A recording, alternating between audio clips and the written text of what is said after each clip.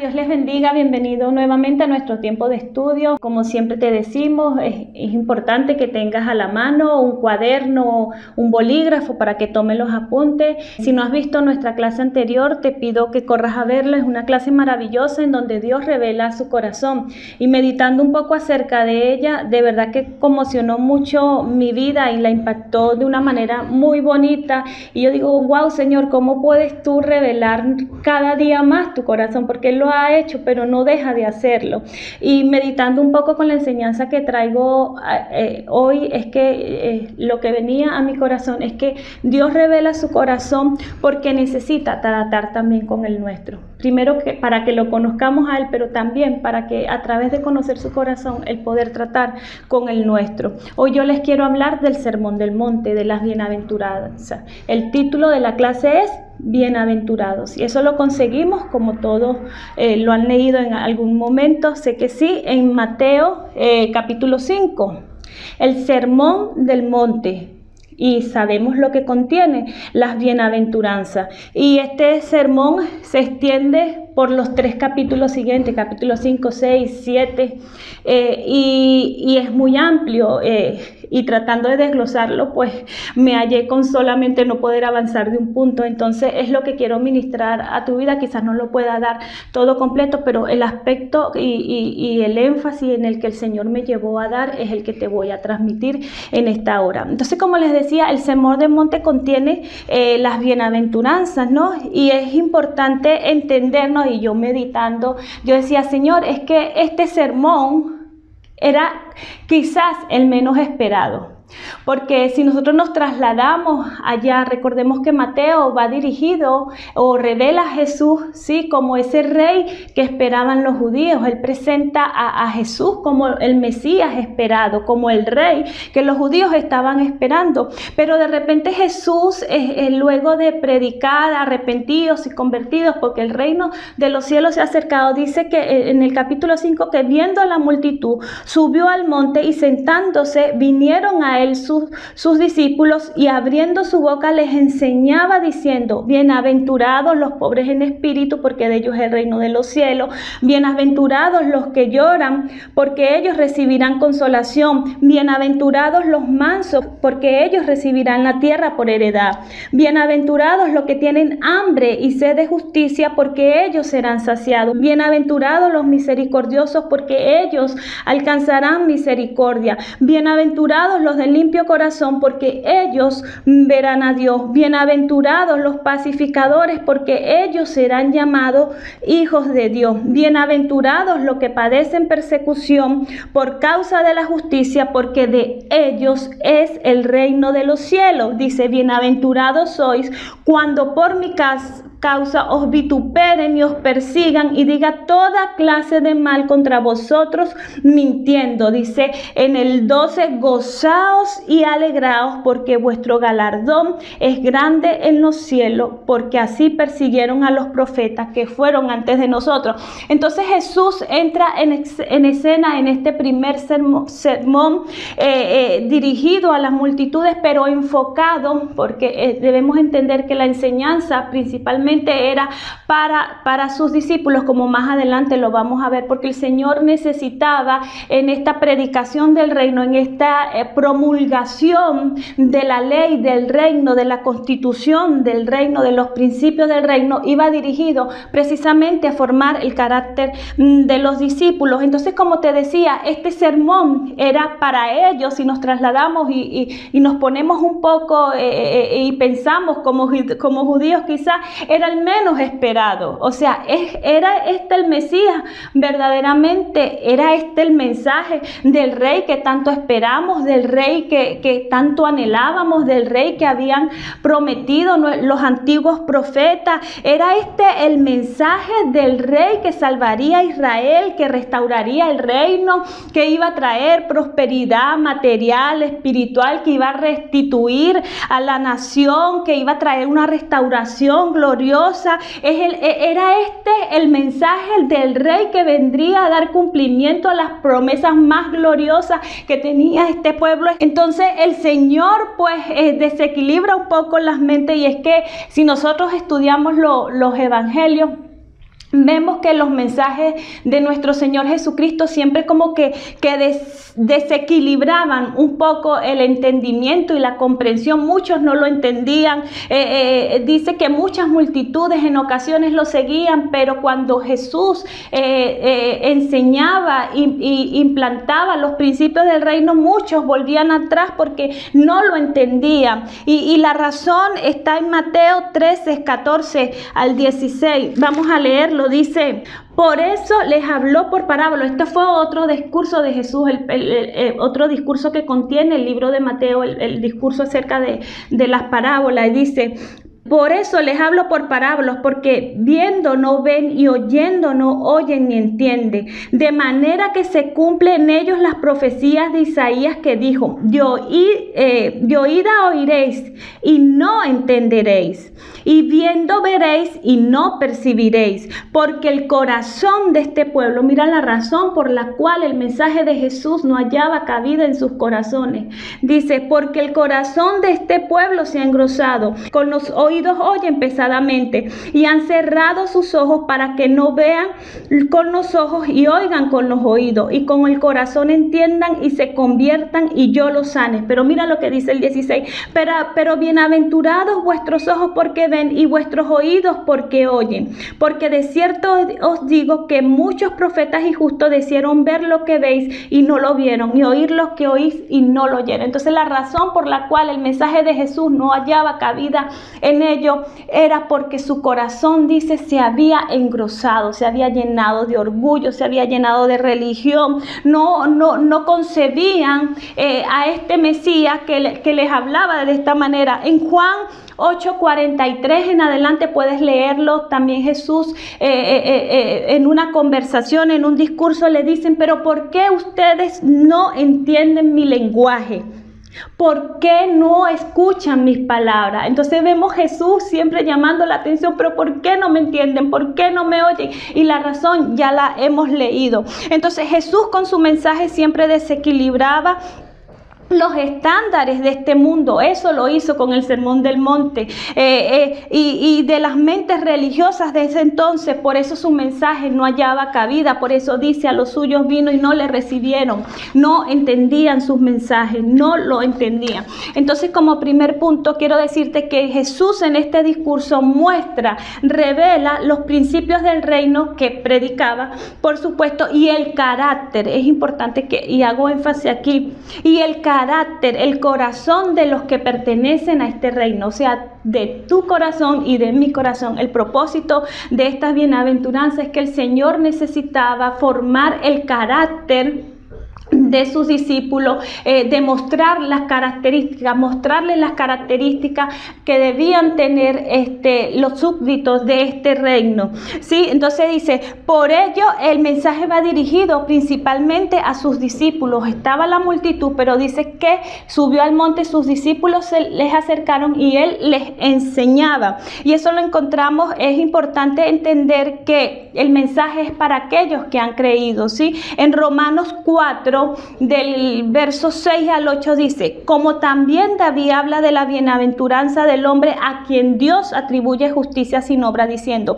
bienaventurados aquellos cuyas iniquidades son perdonadas y cuyos pecados son cubiertos.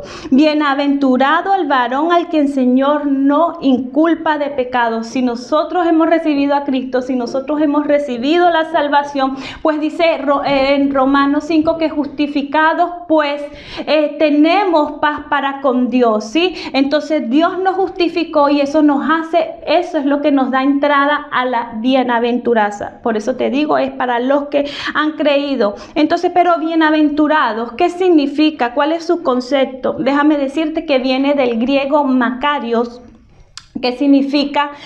Si quieres apuntarlo, sé que muchos ya tienen la idea. Algunos dicen 3 veces feliz y está bien, dichoso. Dice felices, dichosos. Mira esto: supremamente bendecido, afortunado. Uno que está y permanece en un estado de felicidad. Uno que tiene propósito y uno que tiene bienestar y seguridad.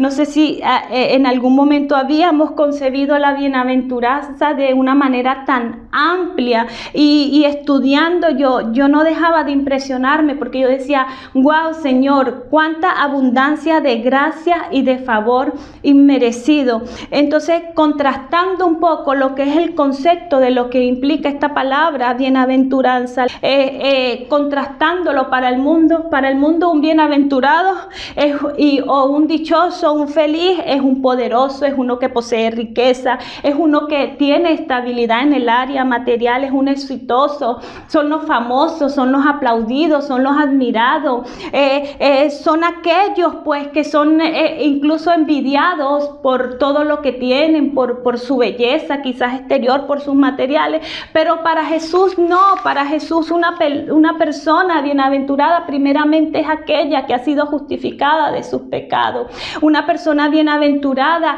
y por eso el mensaje del reino, el mensaje de Jesús, el concepto de felicidad de Cristo difiere en gran manera del concepto de felicidad del mundo. Al contrario, para que te digan eres un bienaventurado porque eres un pobre en espíritu, ¿en qué mente cabe eso, verdad? Pero para Dios una bienaventurado es precisamente eso, un pobre en espíritu. Como tercer punto, para Dios un bienaventurado es un pobre en espíritu, y es quizás el punto en el que más voy a hacer énfasis, porque como te dije no pude avanzar, es mucho contenido, imposible de dar solamente en una clase.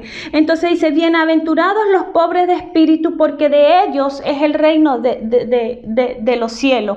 Y podemos estudiar, pues Señor, que es un pobre en espíritu, porque tú dices que de ellos es el reino de los cielos, y nos vamos al original de lo que implicaba este pobre en espíritu, y viene de la palabra tojos. Te lo voy a deletrear, T-O-J-O-S,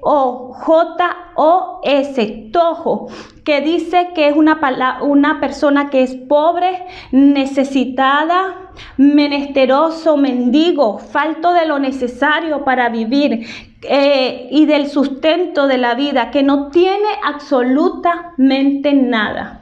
O sea, una persona, un tojos en el espíritu es aquel que carece de absolutamente todo, que no tiene absolutamente nada.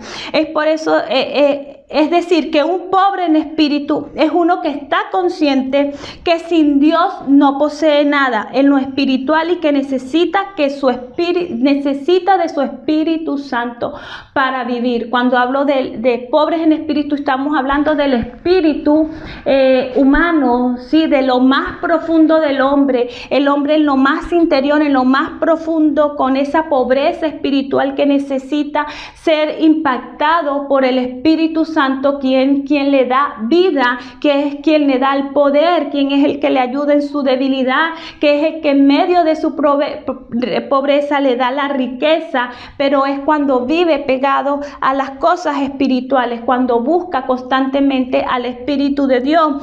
Un pobre en espíritu es uno que necesita continuamente ser lleno del Espíritu de Dios. No es alguien que buscó a Dios ayer, es alguien que constantemente, día tras día, reconoce su pobreza espiritual, y por eso día a día se acerca al trono de la gracia. Día a día sabes que lo que buscaste ayer no fue suficiente, sino que hoy tú necesitas volver a la fuente. Tú fuiste ayer a la fuente, pero hoy tú le dices, Señor, tengo más sed, Señor, tengo más hambre, Señor, yo necesito de ti. Es uno que reconoce su absoluta dependencia del Señor. Es uno que sabe que solamente Dios es su refugio, que solamente Dios es su seguridad, y que sin Dios no puede hacer nada. Y Jesús lo dijo, sin mí nada podéis hacer. Entonces un pobre en espíritu es aquel que continuamente necesita ir a la presencia de Dios. Es uno que continuamente reconoce su pobreza de espíritu y que necesita recurrir humillado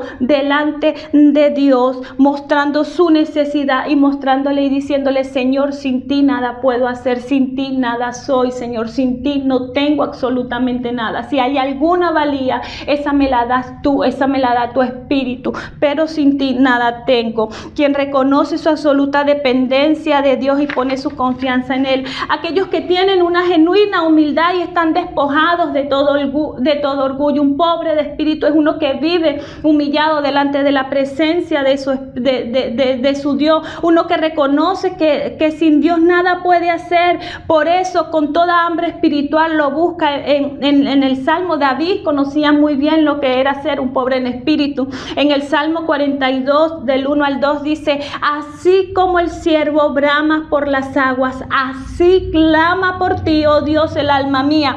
Él exclama y dice y muestra la condición de su espíritu y su hambre espiritual, y le dice: mi alma tiene sed de Dios, del Dios vivo.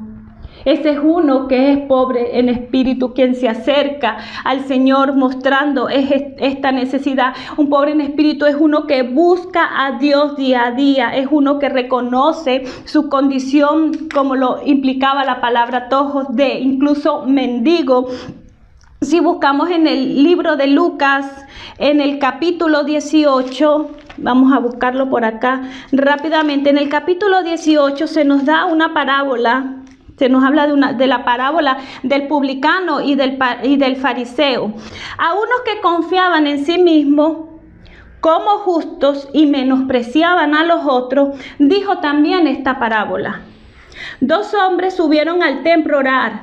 Uno era fariseo y el otro publicano. El fariseo puesto en pie, dice, y yo leí esta parábola y me quebrantaba mucho, porque mira lo que dice: el fariseo puesto en pie oraba, dice, consigo mismo. El fariseo oraba consigo mismo, o sea, impresionante. Oraba consigo mismo de esta manera: Dios, te doy gracias porque yo no soy como los otros hombres, ladrones, injustos, adúlteros, ni aún como este publicano. Ayuno 2 veces a la semana, doy diezmo de todo lo que tengo. Mas el publicano dice, estando lejos, no quería ni aún alzar los ojos al cielo, sino que se golpeaba el pecho diciendo: Dios, sé propicio a mi pecador. Dice el Señor: os digo que éste descendió a su casa justificado antes que el otro, porque cualquiera que se enaltece será humillado, y el que se humilla será exaltado. Un pobre en espíritu es uno que vive, como te decía, humillado en la presencia de Dios. Es uno que no encuentra justificación en sus propias obras, sino no es uno que está lleno de sí mismo, sino es uno que encuentra su justificación en Dios. Sí, uno que está desesperado por obtener más de Dios y que no está satisfecho con su condición. Uno que cada día quiere avanzar en el conocimiento de Dios, uno que no se conforma, uno que no se cansa de buscar, uno que no se cansa de tocar, porque sabe que hay más de Dios para su vida. Un pobre en espíritu es quien encuentra su verdadera riqueza en Dios. Si nosotros buscamos en el libro de Apocalipsis, en el capítulo 3, 17, el Señor, la exhortación que le da a esta iglesia es precisamente por no tener pobreza en espíritu, sino todo lo contrario. En el 3:17 dice, porque tú dices, esto fue el mensaje a la Odisea, porque tú dices, yo soy rico y me he enriquecido y de ninguna cosa tengo necesidad, y no sabes que tú eres un desventurado, miserable, pobre, ciego y desnudo. Por tanto, yo te aconsejo que de mí compres oro refinado en fuego, para que seas rico, y vestiduras blancas para vestirte, y no descubras la vergüenza de tu desnudez, y unge tus ojos con colirio para que veas. Entonces vemos que el Señor exhortaba a esta iglesia por no tener pobreza en espíritu, por creerse que ya lo había alcanzado todo, que ya lo tenía todo, pues ya soy salvo, ya me acomodo, y ya estoy cómodo, ya no tengo nada que buscar, ya no tengo por qué acercarme a Dios, y quizás Con las palabras muy difícilmente un cristiano pueda decir estas palabras. No, es que yo no necesito a Dios. Quizás con nuestras palabras no lo hacemos, pero muchas veces con nuestras actitudes y con nuestra manera de vivir le estamos diciendo al Señor, no te necesito. Yo puedo lograr las cosas por mí mismo, yo puedo traer la satisfacción a mi vida, yo con lo que hago, con la obra de mis manos y de esa manera traer gloria y no entender que todo lo que recibes, todo lo que tienes, todo viene de Dios, toda bendición, todo don espiritual, todo lo que puedas poseer viene de Dios. Entonces quizás no lo decimos con las palabras, pero muchas veces con nuestra actitud mostramos esta arrogancia y orgullo en el espíritu. No es la voluntad del Señor. El Señor dice, bienaventurados los pobres en espíritu. La bienaventuranza es para ti y es para mí, no es para el mundo, porque si el mundo reconociera su pobreza espiritual, vinieran humillados a los pies de Cristo, y vemos que no es así. Vemos que rechazan continuamente su mensaje porque no hay pobreza de espíritu, porque la gente no quiere reconocer su condición, su necesidad de Dios. Por eso el Señor allá en Juan encara a los religiosos, a la generación de aquel entonces, y dice, ustedes son hijos de vuestro padre el diablo, porque vuestro padre el diablo es mentiroso y él es homicida desde el principio, y vuestro padre el diablo es orgulloso y tiene soberbia. Por eso su corazón se ha ensoberbecido, porque la gente no reconoce que hay una necesidad que solamente Dios puede suplir, pero que necesitas reconocer que eres un pobre en espíritu y que necesitas a Dios. El mundo no lo reconoce. Por eso te digo, no es para el mundo la bienaventuranza, es para ti. Bienaventurado tú, bienaventurado yo por la gracia, por el favor y por la misericordia de Dios.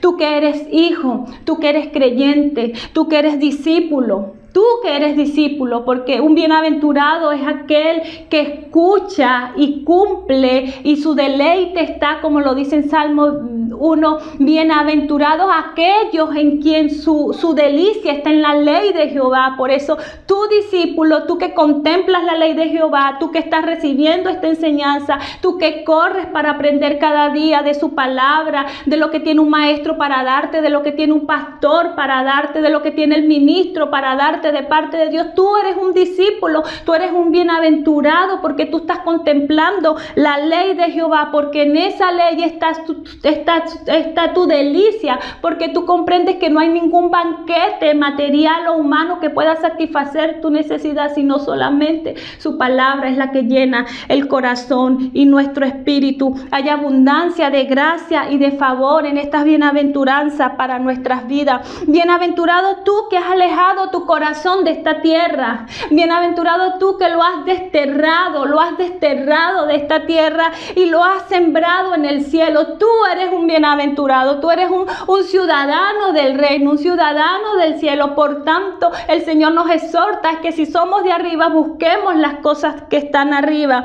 Entonces dice, tú eres un aventurado y de ellos es el reino. Si nos detenemos a mirar, dice, bienaventurados los pobres, porque de ellos es el reino. No está diciendo que de ellos será como cosa futura, está dando una permanencia presente. Bienaventurados los pobres de espíritu, porque de ellos es el reino. O sea, el reino es tuyo hoy.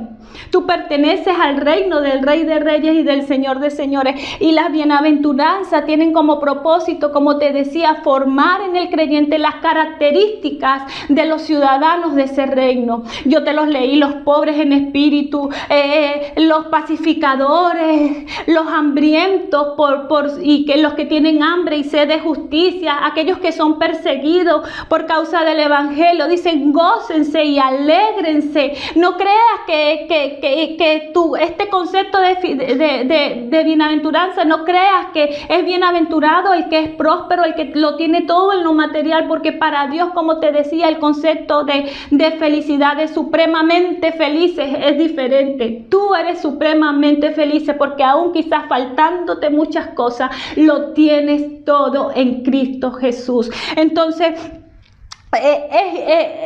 Sin el Espíritu Santo es imposible que nosotros podamos desarrollar nuestro carácter en el reino del Señor. Dice, sin la acción de la obra del Espíritu Santo es imposible. Es el Espíritu Santo el que hace la obra en nosotros. Nosotros por nosotros mismos no podemos ser pacificadores, no podemos tener hambre y sed de justicia, porque si no sería por obras y habría el peligro de gloriarnos. No, todo esto viene provocado por la acción del Espíritu Santo en tu vida y en la mía. Es el Espíritu Santo el que puede quebrantarnos y hacernos ver nuestra pobreza espiritual y nuestra absoluta dependencia de Dios. Es el Espíritu Santo en ti, es el Espíritu Santo en mí, quien nos ayuda a reconocer que día a día necesito acercarme más y más a Dios. En el nombre de Jesús, yo le doy gracias a Dios por tu vida, porque eres un bienaventurado, y te